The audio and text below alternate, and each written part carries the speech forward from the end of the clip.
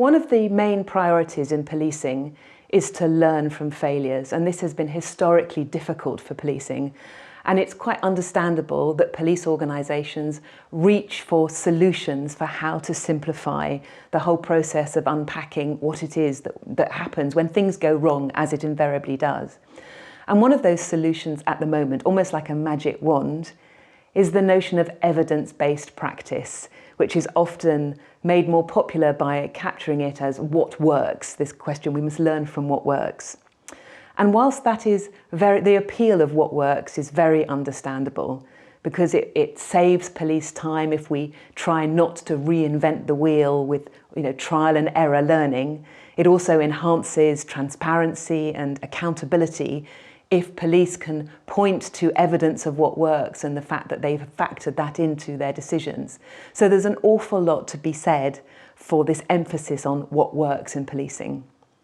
But as with all wonderful ideas, there is a downside. There's a slightly more negative underbelly of the what works discourse. And many critics, many scholars and practitioners have pointed to methodological problems with narrowing down the focus of research evidence into this very tightly defined zone of what works, because it prioritises the sorts of data that come from scientific experiments over other kinds of data, such as people's conversations and their discussions and their dialogue, i.e. the place where the greater complexities of policing emerge. And the complexities of policing are considerable, because an awful lot of what happens on the front line in policing happens in a split second, often at times of tremendous emotional and temporal pressure.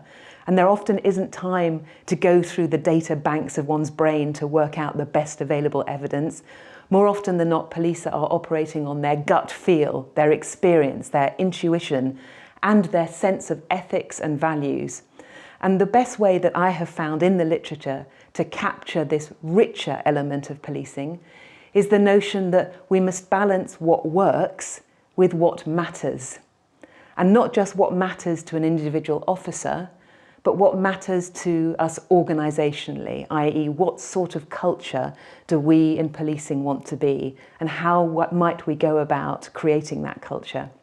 So a lot of my work talks about the balance between what works and what matters, but I hope that actually uncovers some of the problems with this emphasis on what matters in policing, because based on the evidence that I've been collecting over the last 2 years or so at the Metropolitan Police Service, the notion of what matters can often be associated with individual officers' idiosyncrasy, so a little bit perhaps unreliable, unpredictable, as opposed to the opposite, what works sounds much more scientific, much more systematic.